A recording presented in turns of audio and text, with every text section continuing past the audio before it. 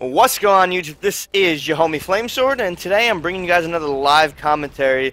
And since there's this winter storm blizzard action going on, Juno decided to give you guys a rundown of an old story of mine, experience turned into story right now. Back in high school when I was a sophomore during the winter. Ooh, let me run back inside before I die. And that story involves a box truck, a man eating soup, and a couple snowballs. So, my freshman and sophomore year, I basically played basketball the entire time. I made a freshman team my freshman year and the JV team in my sophomore year. Someone shoot me from behind. And after practice, usually... Ooh, nice help, homie. After practice, usually during the winter, and just kind of what I would do normally with my friends Tony, Eric, and John, is that we would throw snowballs at cars. And why? What are you shooting me for, man? I see you. That's cool, dude. Just don't hit me, man. I thought we were cool. So yeah, back to the story is that me, myself, my friend Eric, my friend John, and Tony would throw snowballs at cars during the winter. And on this particular day, we were throwing them at... Oh shit, this sniper is on me. We were throwing them at box trucks. Oh, sniper, don't hit me. He sees me. I don't know if he's gonna hit me. And there's one box truck that we decided to throw snowballs at was two people in the car. So we had the driver and the passenger seat. And now, for everyone who doesn't know what a box truck is, what I'm referring to is those white box trucks. I'm sure you've seen many of them. If you're from New York, New Jersey, or the East Coast, I'm sure you see a bunch of them. Those white, just boxed out trucks that are usually just carrying, you know, small items and whatnot.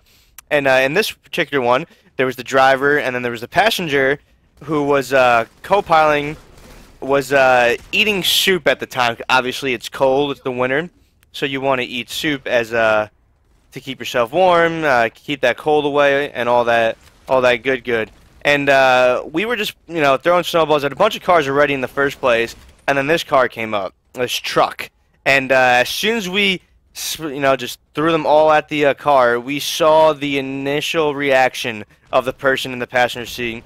And that would be... Ooh, let me gun this guy down real quick. Ooh, what's up, homie? And that would be that he got startled, and from being startled, he, all the soup basically just went in his face, right? Like, he was... They're in the car, he's in the passenger seat, and snowballs just freaking melt his window. So his soup goes flying all over his face, his t-shirt, and whatnot. And me and my friends just start laughing. Next thing we know, it sounds like the driver basically hits the freaking emergency brake and just slides right in front of our school as we're slowly walking away. And from walking away, we're like, oh shit. We see the driver get out of his car. This dude was so mad for his partner in crime in passenger seat, he decided to get out of his car to chase us down. And this is snow, obviously. There's ice on the floor and all that. And we're kind of tired. We just came out of basketball practice. So we're already exhausted from that. All of a sudden, we have to start running. And we take off. Oh, those are nice. We take off, and we start running. I almost slipped on the initial street that we crossed. It was crazy. I had to catch myself in my shoes, which were not meant for the winter grip and whatnot. And I caught myself, and we continue running. So we run for about, I want to say, 4 blocks before this guy gets tired, right? And we bolt across this... If you know where I live, it's a small town in New Jersey. There's a high school called Queen of Peace High School, and they have this little track field in the in their back of the high school. And so we make it across this track field, and immediately after running across the track field, we're like in the clear. We see the guy on the other side of the fence. He's just chilling. He's doing his thing. He's catching his breath and whatnot. I don't know what my team is doing. Oh, the guys are quitting out here, but we're gonna keep this one going just because you guys need to hear the story. So, and they're just killing me. There's only 2 of them. I don't know what they're doing. So, we freaking make it across. We think we're in the clear. I'm, like, real close to home. Like, I'm like, all right, I'm going to just take this right. I'm going to go home now that the dude's not chasing us anymore. And the next thing we know, my friend Tony, for unexpected reasons, not sure why, decided to go, "You can't catch us, motherfucker!" And this has to enrage this individual. This man is now pissed.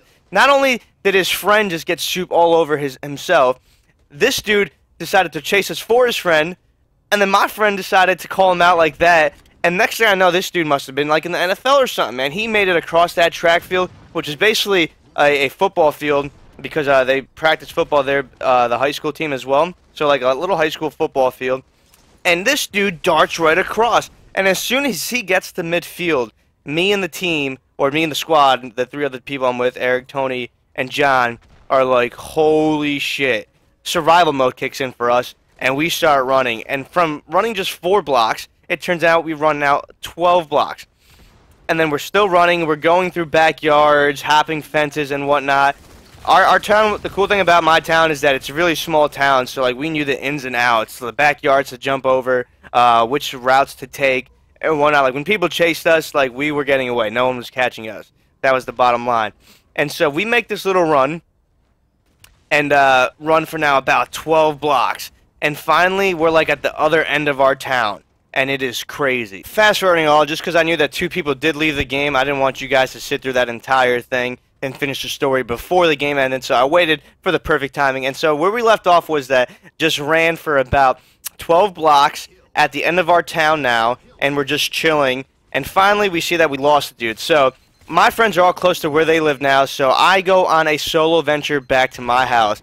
Thankfully, I took a long route to the side, so I would not approach the box truck at all.